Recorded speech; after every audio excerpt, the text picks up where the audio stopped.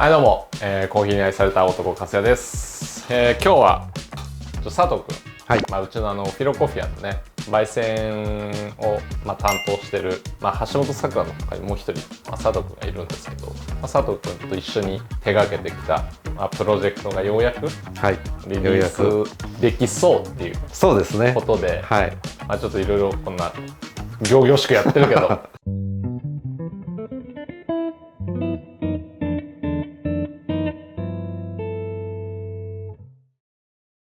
今回はその僕らあれなんですよ、フィロコフィアでオンラインのちゃんとしたエデュケーションシステム作りたいよねっていう話をしてたんですよ。一番最初はさ普通に社内の教育をなんかちゃんとできた方がいいよねっていうところから始まって、でだったら別にそれも全部公開してってもいいよねっていう、で世界中にちゃんとなんか俺のコーヒーの入れ方に対する考え方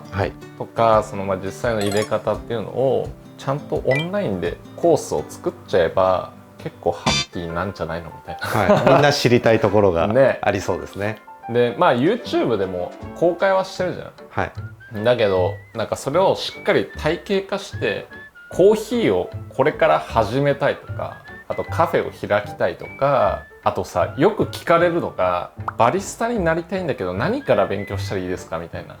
質問されるんですよ。俺もいや別に何でもよくないって思ってたんだけど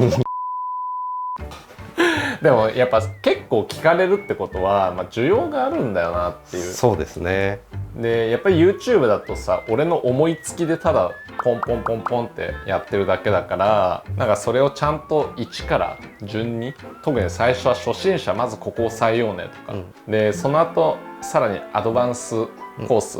もうそれを応用してったらこういう考え方になるよねみたいなのをちゃんとコンテンツとして作ろうっていうのをやりたいねみたいな話してた時に、僕らの、ね、卸先の、ドレラっていう会社があるんですけど、そこの人たちができますよみたいな、そうでしたねね、やれんじゃないみたいな、じゃあやろうよってなんか話になって、しかもなんかその俺らじゃさ無理じゃん。フィロコフィアでそれを作ろうっつったって、俺らサブスクすら作れないのにまだ始まってないですね。サブスクすらやれないこの情弱カンパニーが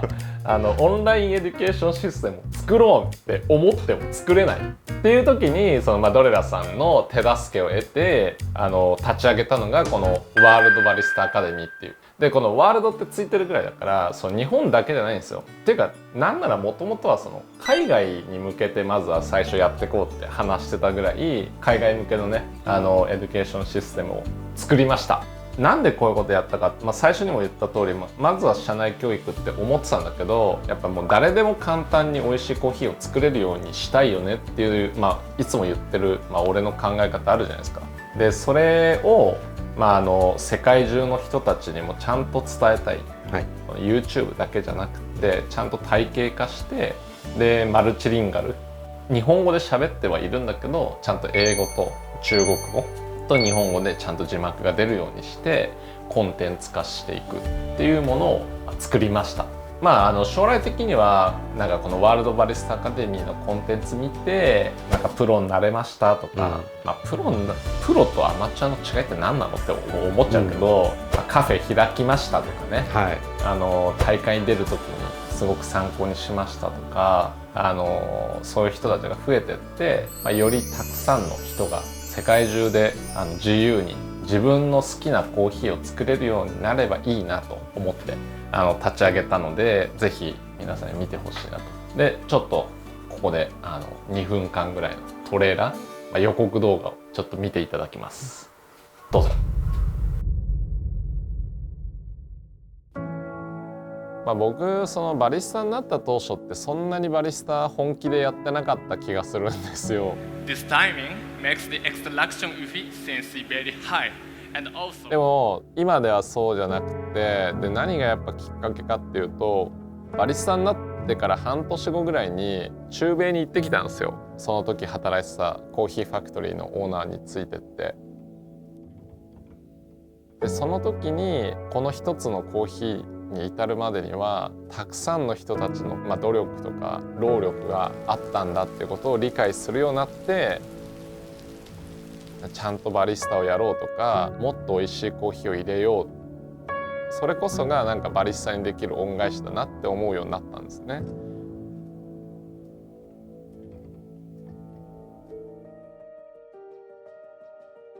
こんにちは、粕谷です。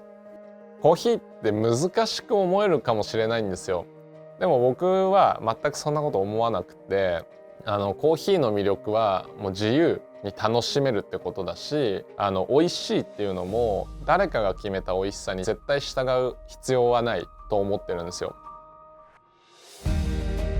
このワールドバリスタアカデミーでは、こういう本でも書いてますけど46メソッドっていう、僕が世界大会で優勝した時に、披露したコーヒーの入れ方だったり、それの発展系だったり、であとは僕が発表して世界中で今使われてるハイブリッドメソッドっていうものだったり、もういろんな器具を使ったコーヒーの入れ方を説明していきますので、もちろんプロフェッショナルなことも教えたりはしますけど、より広くね、皆さんが自由に楽しく満喫できるような情報っていうか、知識も伝えていけたらいいなと思いますんで、あんまり意気込まずに楽しんで受けてもらえればいいかなと思います。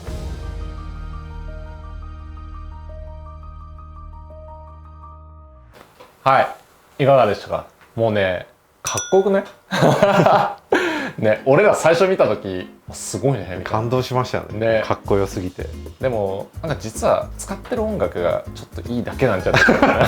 それ無音で聞いたら普通のこと喋ってる説もあるんだけど、はい、でも俺の思いとかがしっかり載せてあるかなと思います。本当ありがたいですよね、ドレラスね。で動画の中でもあったし、さっきも言ったけど、ちゃんと3言語に対応してて、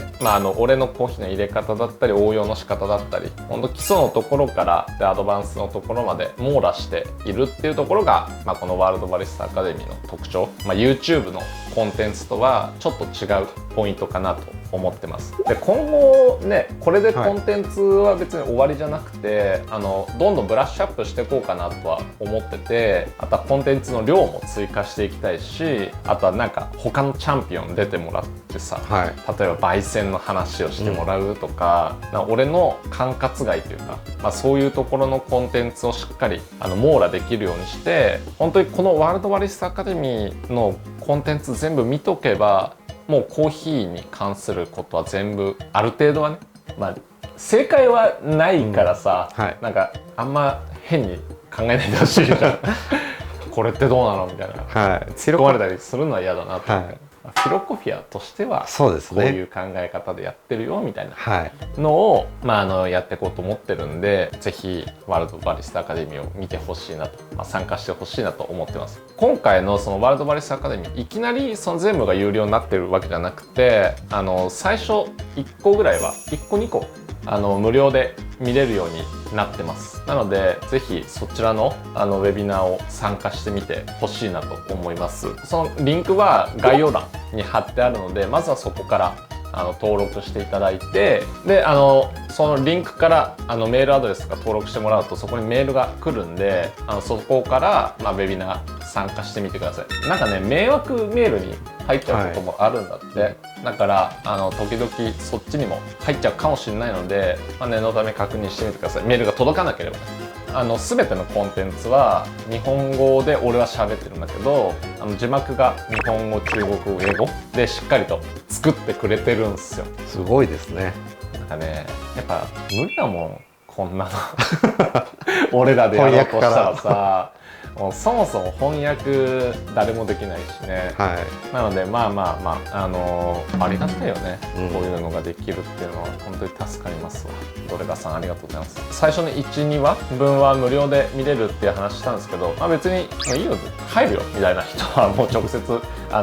有料のところに飛んじゃってもらえればと思いますので、まずね無料で最初雰囲気だけ掴んでもらって、そこからちゃんと見てみようかなっていう方はぜひワールドバリスタアカデミーに入ってみてください。というわけで、今回はプロモーションになりますけど、フィロコフィアで立ち上げたオンラインのエデュケーションシステム、名付けてワールドバリスタアカデミーって言ってますけど、これもなんか自分らで言うのは恥ずかしい恥ずかしいですね。かっこいいですけどね。ここはちょっとなんかドレラさんが決めましたとか言いたいよね。ま